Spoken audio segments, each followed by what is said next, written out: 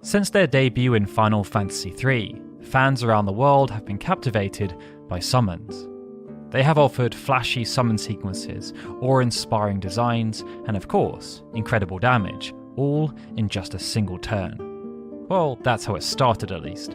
Since Final Fantasy X, it's been much more common for summons to join players on the battlefield as allies. And when that hasn't been the case, their status has been elevated even further, both narratively and through the spectacle of combat. But amongst the pantheon of summons who have been there to aid the party, some have stood out more than others. These summons seemed to break the established confines of the battle systems they operated within, and it's those summons that we're going to be running through in this video. So, with our usual caveat of there being just one entry per game, my name is Daryl, and these are 7 overpowered summons who broke Final Fantasy games. Now, summons are actually the main topic of the discussion in our second book, The Guardians of the Crystal, which is currently going through crowdfunding on Kickstarter. It contains information about the 88 different summonable beings found throughout the main numbered entries, while featuring stunning key art, a foreword from Ben Starr, the voice of Clive Rossfield, and 3 cover variants. After smashing through our initial goal, we are now over 1,000% funded with over 1,000 backers.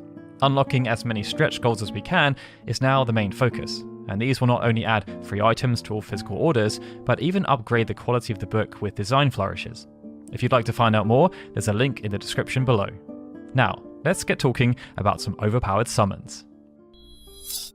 With Final Fantasy VII introducing a whole new graphical style to the franchise, the developers wanted to go big on summons. Throughout the 8-bit and 16-bit era, the summon animations were powerful, but they were still quite basic, with each summon often represented by a static sprite and then some flashy effects to make everything seem rather grand.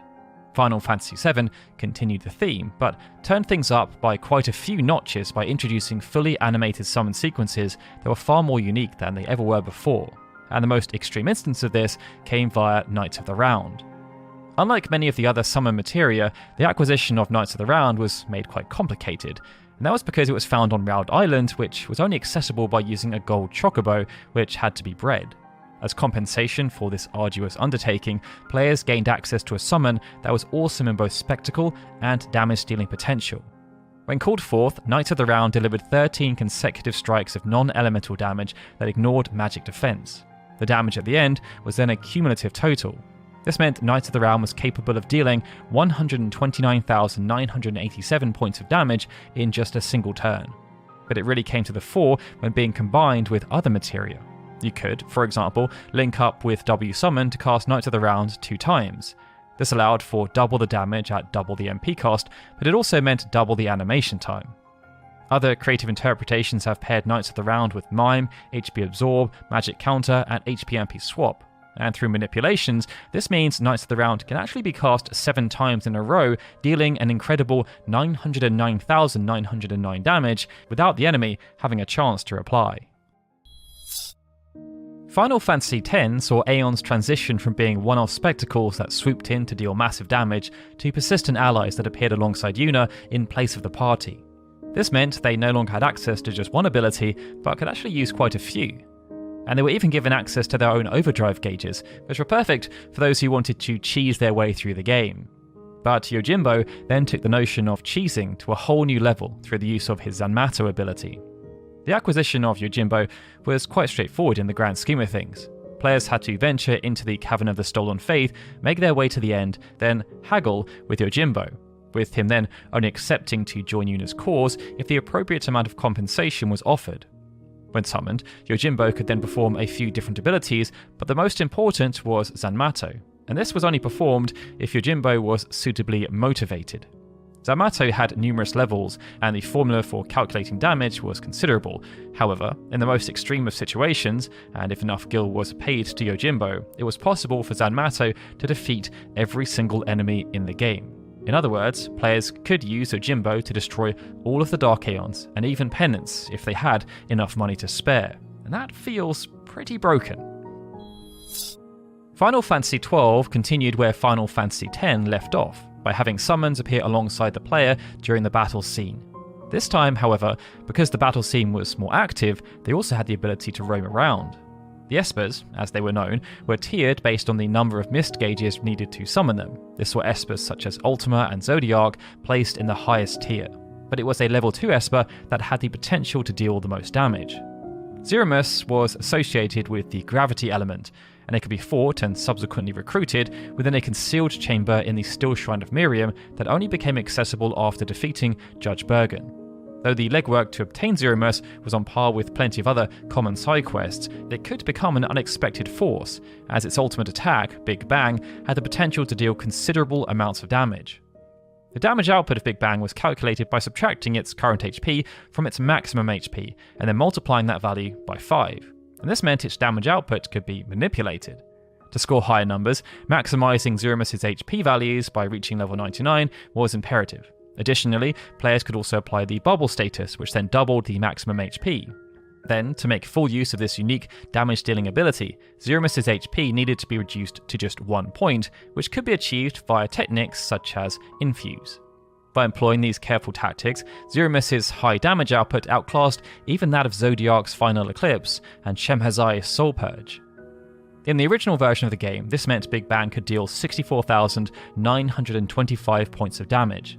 But the ceiling was raised in the Zodiac Age because Zodiac's maximum HP was tripled.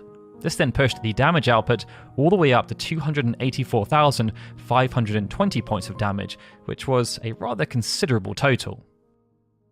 In Final Fantasy Type 0, summons were quite special.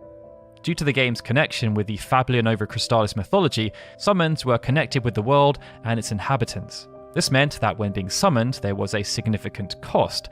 The player responsible for the summon had to sacrifice their own life to bring forth its mighty power. That power then had numerous forms, as there were a few different classifications of Eidolon and then sub-classifications within those larger groups. Bahamut was considered the strongest main classification, with a few powerful variants accessible to the player, but the most powerful by far was Bahamut Zero. Unlike the other Eidolons, this variant was exclusive to Dr. Eratia, and its appearance in the game was situational. If the party failed to defeat Shinryu Celestia, the Azure Dragonless Sea, at the end of Chapter 5, Bahamut Zero was summoned and then became controllable. It had a few different abilities, but its main one was Mega Flare, which could be charged all the way up to Terra Flare. If used, Terra Flare then broke the damage limit to defeat Shinryu Celestia with relative ease. The HD version of the game could also be modded to allow players to make full use of Bahamut Zero, and its power, when used outside of its planned confines, was pretty ridiculous. Phoenix had appeared in a couple of early Final Fantasy games, but it wasn't until Final Fantasy V that it joined the summonable roster, and its gameplay application was pretty incredible. The summon itself was obtained from the top of the Phoenix Tower after the conclusion of a rather emotional story sequence. When summoned, Phoenix was not that memorable as a damage-dealing entity, as Flames of Rebirth only dealt moderate fire elemental damage to all enemies. Where it came to the fore, though, was instead its broader utility. And this was because alongside that moderate fire elemental damage, Flames of Rebirth could also revive a single fallen ally. But the ally wasn't just revived, they were brought back with full HP and full MP. It made Flames of Rebirth a very powerful ability, and as such, it was denoted as the game's ultimate summon, requiring 99 MP to call forth, which was much higher than the 66 MP required to summon Bahamut.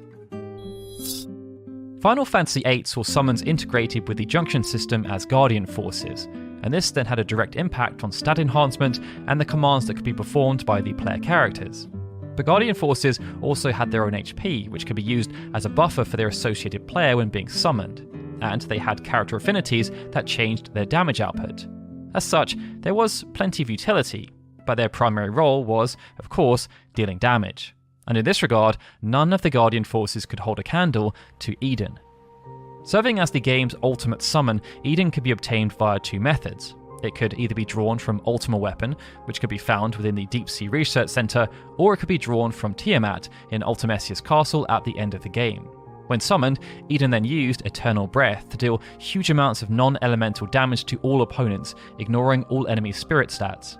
But perhaps the most crucial element was that Eternal Breath could break the 9,999 soft damage cap.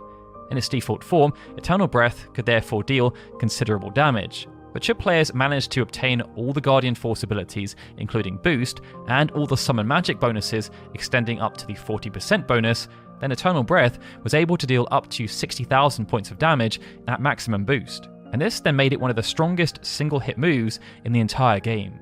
The only downside was that you'd have to sit through the summon animation, which clocked in at 72.6 seconds. Now, compared to many of the other modern entries, Final Fantasy XV took a very different approach to summons. Astrals were integrated in the story, which wasn't irregular, but how they came to aid Noctis in combat was. Since Final Fantasy X, it had been very common, within the mainline entries at least, for summons to appear as an extension of the party. This saw them have their own health bars, and they often gain access to numerous abilities as a result. Many still had incredible power, but the spectacle was just different from how it was earlier.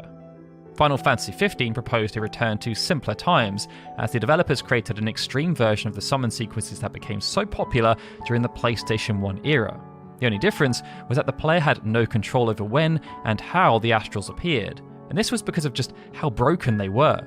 Astrals often lent their aid when Noctis and his allies found themselves in difficult situations. Titan, for example, was more likely to offer assistance if Noctis' allies were in serious trouble, whereas Leviathan acted if Noctis was struggling and happened to be near a body of water. It made everything very unpredictable. But when summons did appear, they were unlike anything ever seen before in the franchise due to the sheer power they wielded and the sheer size they had in relation to the world they inhabited. Quite often, they would literally evaporate whatever stood before Noctis, and could often be used as huge levelers when fighting against some of the game's more challenging hunts. But with that, they were 7 summons that were so overpowered they could break the games they featured in. How many did you exploit on a regular basis to level the playing field?